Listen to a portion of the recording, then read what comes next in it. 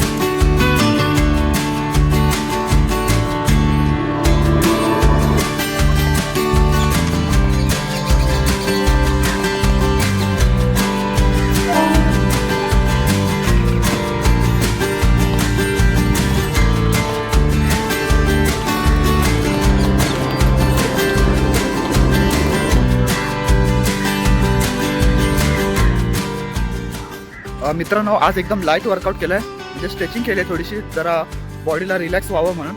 तर उद्या भेटू. Bye, thank you.